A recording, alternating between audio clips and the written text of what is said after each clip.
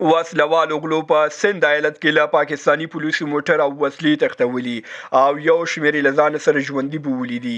پاکستاني رسنیو خبر ورکړی چې نن مهام په سند ايالت کې وسله والو غلو له پاکستاني پوليسو د هغو ځانګړی موټر وسلې او یو شمير مهمات غلا کړي او دوه تنه پولیس عسکري هم له ځان سره بوولي دي.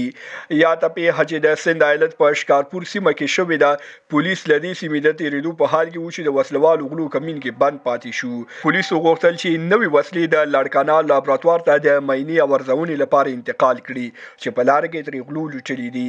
د سند ايالت پولیسو هم یاد پیښه تایید کړې او د خپل درې پولیسو موظفینو دندې ځنډولې دي.